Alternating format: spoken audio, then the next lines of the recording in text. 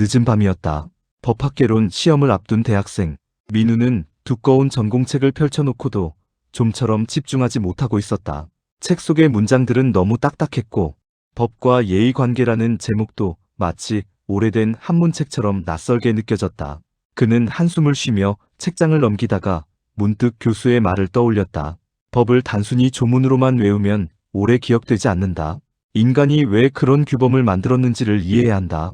민우는 창밖을 바라보았다. 새벽 공기가 차가웠다. 그 순간 이상하게도 오래된 조선시대의 거리 풍경이 머릿속에 떠올랐다. 흰 도포를 입은 선비들이 조용히 길을 걷고 있었고 마을 사람들은 서로 허리를 숙이며 인사를 나누고 있었다. 이상하게도 그 장면 속에서는 아무도 경찰이나 법원을 두려워하는 것 같지 않았다. 그런데도 사람들은 스스로 질서를 지키고 있었다. 그 질서를 만든 것이 바로 얘였다. 얘는 단순히 절을 잘하는 방법이나 식사 예절만을 의미하지 않았다. 얘는 사람이 사람답게 살아가기 위한 도리였고 서로를 존중하며 공동체를 유지하게 만드는 생활 규범이었다. 관행과 습속, 의식과 약속까지 모두 포함하는 넓은 개념이었다. 오늘날의 표현으로 말하면 사회 전체를 움직이게 만드는 보이지 않는 질서 같은 것이었다. 법이 국가가 만든 규범이라면 얘는 인간의 본성과 공동체의 삶 속에서 자연스럽게 만들어진 규범이었다. 그래서 동양에서는 얘를 단순한 예절 이상으로 보았다.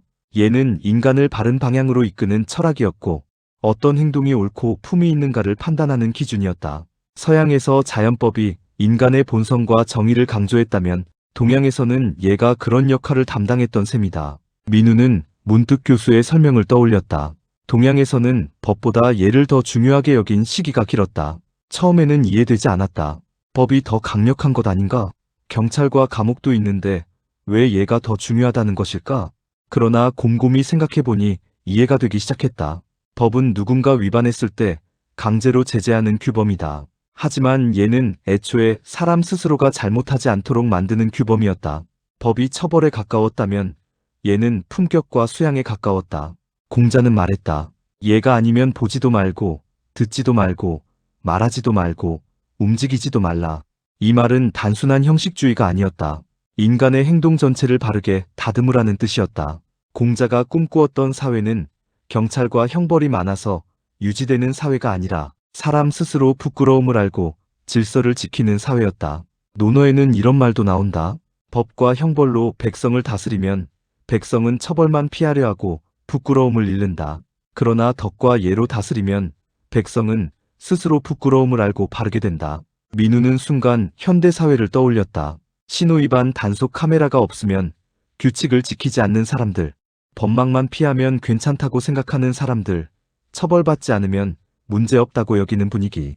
공자가 왜 얘를 중요하게 생각했는지 조금 이해가 되는 듯했다. 하지만 역사 속에서 모든 사람이 얘를 중요하게 여긴 것은 아니었다. 중국 전국시대에는 유가와 법가가 치열하게 대립했다.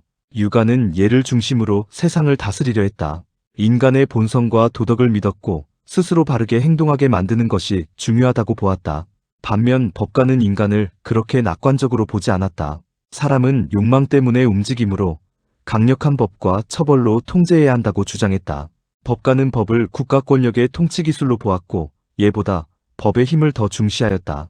결국 역사 속에서 법과 예는 끊임없이 충돌하고 협력했다. 조선왕조는 특히 유교적 예질서를 중요하게 여겼다. 충효 사상은 단순한 도덕이 아니라 국가의 통치 이념이 되었다. 부모에게 효도하고 임금에게 충성하는 것은 인간의 기본 도리로 여겨졌다. 예를 어기는 것은 단순한 무례가 아니라 사회 질서를 무너뜨리는 행위로 받아들여졌다. 당시 사람들은 법을 몰라도 예를 지키면 된다고 생각했다.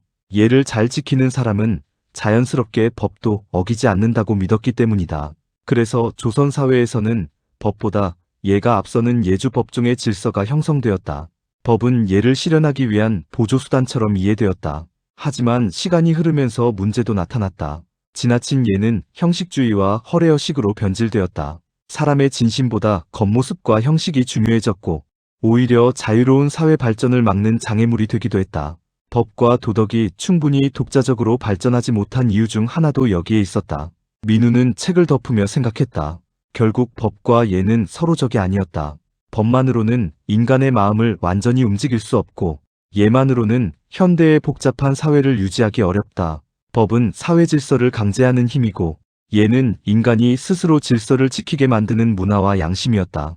현대 사회에서도 여전히 예는 중요하다. 법치주의만으로는 해결되지 않는 인간관계의 온도와 공동체의 품격이 있기 때문이다.